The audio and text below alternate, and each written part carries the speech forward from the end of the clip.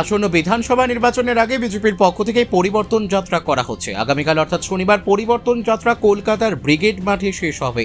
পরিবর্তন যাত্রা কর্মসূচি জনসভার মাধ্যমে শেষ হবে। ব্রিগেডের মাঠে জনসমাবেশ করবেন দেশের প্রধানমন্ত্রী নরেন্দ্র মোদী। মোদীর সভায় যোগ দিতে বিজেপির পক্ষ থেকে দুটি স্পেশাল ট্রেনের ব্যবস্থা করা হয়েছিল। একটি বালুরঘাট থেকে ছেড়েছে ও অন্যটি গঙ্গারামপুর স্টেশন থেকে ছেড়েছে। দুটি ট্রেন মিলিয়ে ৬,০০০-এরও বেশি কর্মী সমর্থক কলকাতার উদ্দেশ্যে রওনা দিয়েছে, যা টার্গেটের তুলনায় অনেক বেশি বলে জেলা বিজেপির নেতৃত্বের তরফে জানানো হয়েছে। এদিকে ট্রেন ছেড়ে দেওয়ার পরও বহু কর্মী সমর্থক কলকাতায় যাওয়ার জন্য বালুরঘাট স্টেশনে আসলেও তারা যেতে পারেননি।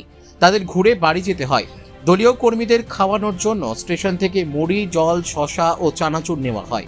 শুধু পুরুষরা নয়, মোদির সভায় যোগ দিতে মহিলাদেরও ভিড় যথেষ্ট ছিল বালুরঘাট স্টেশনে।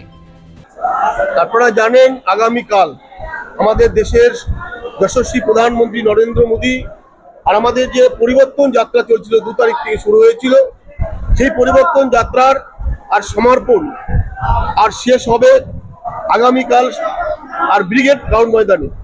সেখানেই আর প্রায় ১০ লক্ষ লোকের যে সমাবেশ, সেই সমাবেশে, ঐতিহাসিক সমাবেশে আর অংশগ্রহণ করার জন্য আমাদের দক্ষিণ দিনাজপুর জেলা থেকে আমরা দুটো স্পেশাল ট্রেনে প্রায় ৬,০০০-এর অধিক কার্যকর্তাকে নিয়ে আমরা সেখানে উপস্থিত হচ্ছি।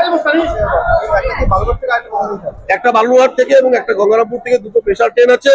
তার সঙ্গেও কিছু, যেহেতু ট্রেন দুটো আর প্রায় দুপুরবেলায় ছাড়ছে, ২-৩টার মধ্যে ছেড়ে দিচ্ছে, এই জন্য কিছু কার্যকর্তাদের আমাদের নিজেদের ব্যক্তিগত কাজ থাকার জন্য লাস্ট হাওড়া ট্রেনেও আমাদের শতাধিক, মানে ৫-৭০০ কার্যকর্তা তারা যাবে।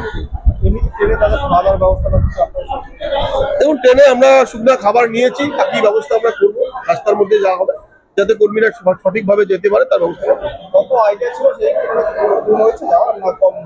দেখুন, আমাদের যা আমরা আইটেম সবাইকে আইডিয়া দিয়েছিলাম, টার্গেট করে দিয়েছিলাম, সকলেই তার থেকে বেশি নিয়ে এসেছে। একটু কষ্ট করে যেতে হবে মনে হচ্ছে আমাদের, যা আমাদের ক্যাপাসিটি তার থেকে অনেক বেশি লোক হয়েছে। দেখুন, আমাদের কলকাতায় ব্রিগেড ময়দানে দেশের যশস্বী প্রধানমন্ত্রী নরেন্দ্র মোদীজির গৌরবময় উপস্থিতিতে আর ঐতিহাসিক ব্রিগেড সমাবেশ হতে যাচ্ছে। তো সেই ঐতিহাসিক সন্ধিক্ষণের সাক্ষী হতে দক্ষিণ দিনাজপুর জেলার সাধারণ মানুষ, গণতন্ত্রপ্রেমী মানুষ আর তারা সকলে মিলে একত্রিত হয়ে আমরা সেই ব্রিগেড ময়দানে সেই ঐতিহাসিক সন্ধিক্ষণের সাক্ষী হতে আমরা যাচ্ছি। আমরা আনুমানিক যেটা আশা করেছিলাম তার থেকে অনেক বেশি যাচ্ছে, প্রায় ৫,০০০-৬,০০০-এর উপরে আমাদের সাধারণ মানুষ আমরা এখান থেকে যাচ্ছি।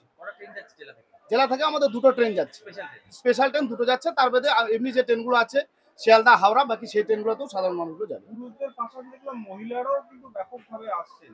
কোথাও কি মনে করছে মহিলারাও এই সভাতে বেশি পরিমাণে যোগদান করবে? একদম তাই, মহিলাদের উৎসাহ চোখে একদম মানে চোখে পড়ার মতো। এটা মহিলারা বুঝতে পেরেছে যে পশ্চিমবঙ্গে পরিবর্তন দরকার এবং তাদের ভূমিকা, অগ্রণী ভূমিকা তাদের পালন করা দরকার। সেই কারণের জন্যই মহিলারা বেশি করে উৎসাহিত হয়ে সেই ব্রিগেড ময়দানে যুক্ত হওয়ার জন্য যোগ দিচ্ছে। আপনার নাম? শুভ চক্রবর্তী, যুব মোর্চা জেলা সভাপতি, দক্ষিণ দিনাজপুর। বালুরঘাট থেকে মন্টি সিং এর রিপোর্ট, কুলিক নিউজ।